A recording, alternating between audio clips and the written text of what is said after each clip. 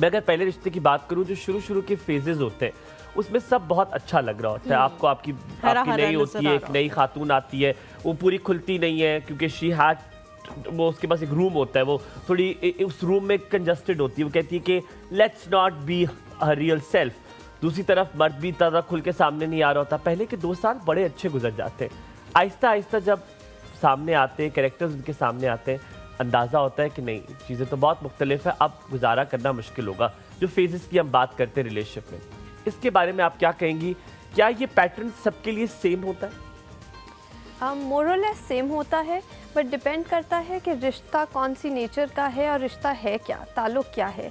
जैसे एक बच्चे के और पेरेंट के रिलेशनशिप में ऐसा नहीं होता, बट एक हस्बैंड वाइफ रिलेशनशिप में ये डेफिनेटली होता है।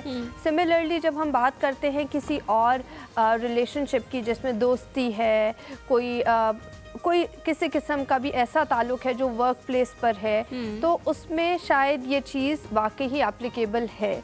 जितना ज़्यादा आप लोगों को जानना शुरू करते हैं, आपको उनकी उतनी साइड्स नज़र आने लग जाती हैं। मैं हलीमा से पहले सवाल पूछे, मैंने एक चीज़ आपसे पूछनी है। एक जेनेरिक स्टीरियोटाइप होता है, कहते हैं जो लोग एक दूसरे को पहले जानते हैं, ये बड़े बड़े बुजुर्ग कहते हैं फिर कुछ जानने के लिए रहता नहीं है। आप इतने एक्सपोज हो चुके होते हैं कि रिलेशनशिप में कोई चीज़ नहीं जानने वाली होती है, बड़े कहते हैं। आप डिसएग्री कर सकते हैं, ये बात कही जाती है, ठीक है।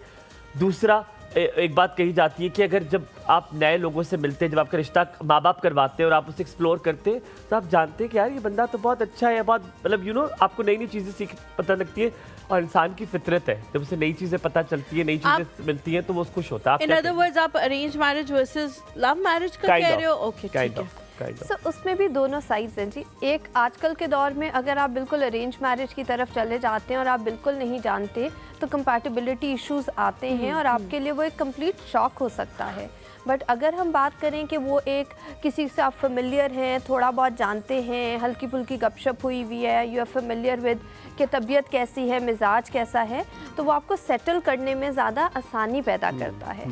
अब अगर हम इसी चीज़ को थोड़ा सा इस तरह से देख लें कि बहुत ज़्यादा जानना और बाद में वो क्यूरोसिटी का फैक्टर ख़त्म हो जाना, यानी कि हम कहते हैं लाइफ का एक स्पार्क ख़त्म हो गया। डॉक्टर साहब, आपके स्टैट्स में लव मैरिज और अरेंज मैरिज दोनों, आप साइकोलॉजिस्ट हैं, आपके पास आती होंगी, रेशियो किसका ज़्यादा है सक्सेसफुल होने का?